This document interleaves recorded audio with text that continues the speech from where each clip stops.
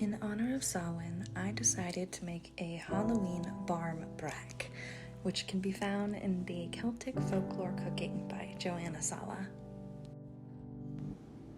I will be sure to include the reference below. According to the text, barm comes from the Anglo-Saxon word bjornma, which refers to a fermented liquor that they would use to raise cake. Brack coming from the Irish word brack, meaning speckled.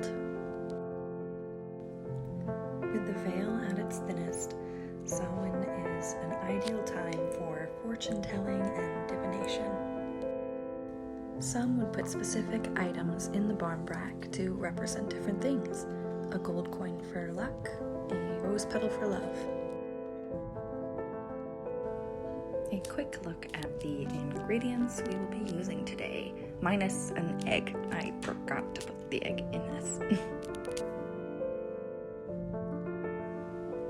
Setting up my altar space and beginning my ritual is important. I always, however, make sure to have my recipe nearby and handy because I am not one for memorizing things.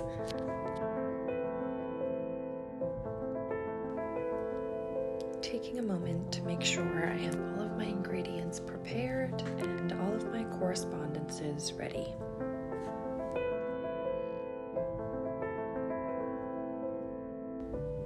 We are going to start by mixing our dry ingredients. That includes the 4 cups of flour, half a teaspoon cinnamon, a 1/4 teaspoon nutmeg, a half a teaspoon salt. After pinching in my butter, done off screen, I'm now going to begin to activate my yeast.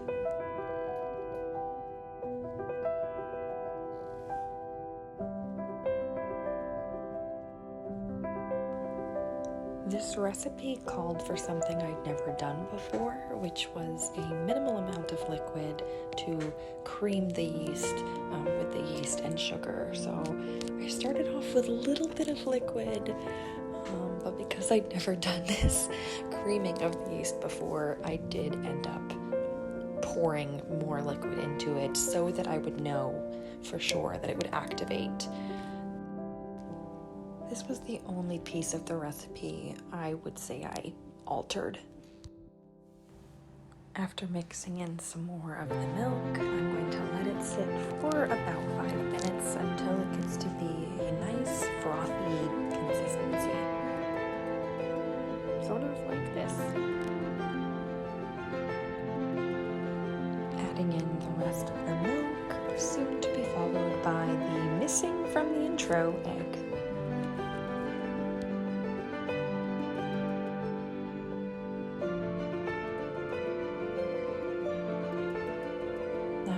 To get ready and mix this up, make us some scrambled eggs.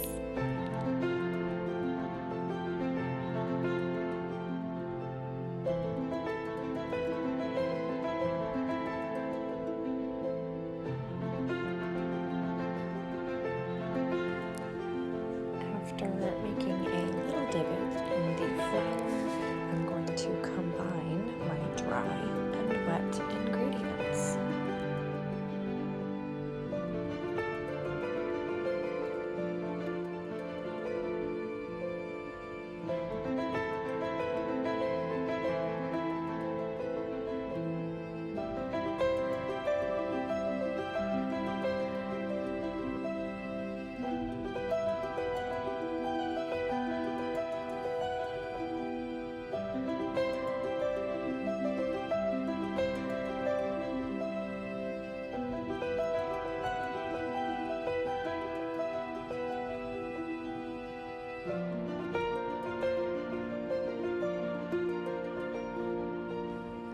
Another deviation that I ended up making in the recipe was that it called for currants, and the only dried fruit I had on hand were dried cranberries and dates. So that is what we used today.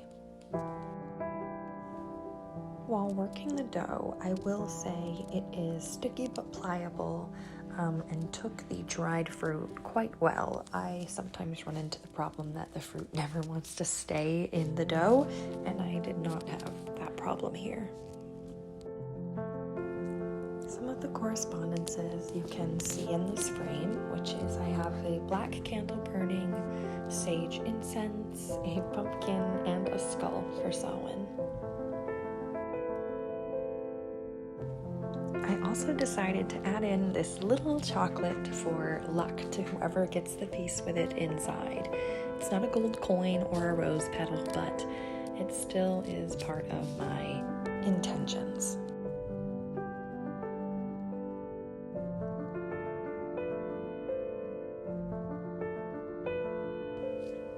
Now, the recipe did say to let it rest until it doubled in size, and I waited for 2 hours. I will let you be the judge, but I don't think it doubled at all. I don't think it got any bigger at all. So we just kept working with it. Adaptability, baby.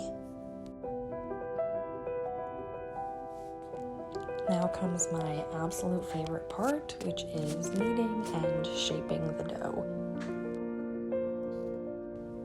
You can do different sigils, different motions as you're kneading the dough.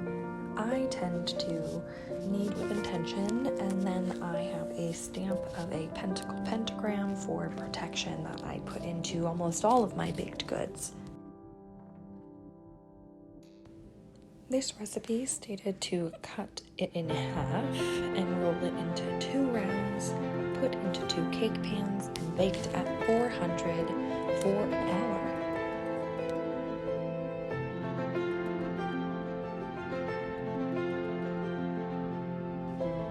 Here is the stamp that I use for most of my baked goods. It doesn't always come out, though sometimes with certain pastries and dough you can make the imprint out.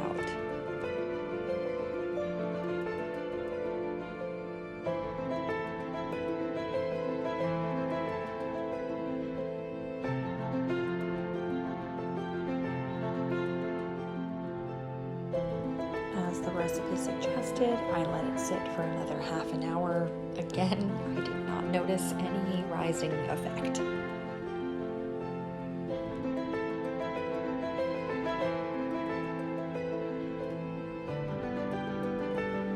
The Barm Brack did come with a simple glaze, which was just warm water and sugar mixed in. I added a little extra sugar because I prefer my icing sweet.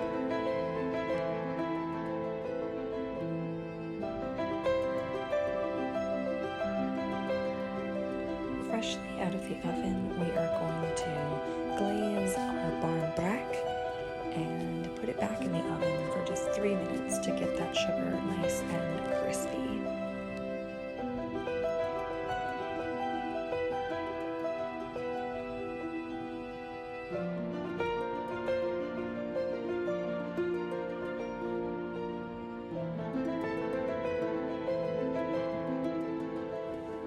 And here is our finished Barm Brack. I think there is definitely some room for improvement, as I've never had a Barm Brack before. I don't have a lot to compare it to, but what I will say is, to me, it tasted between a bread and a scone and was delicious when warmed with butter. If you end up giving the recipe a try, I would love to hear about it. Until then, I will see you next time.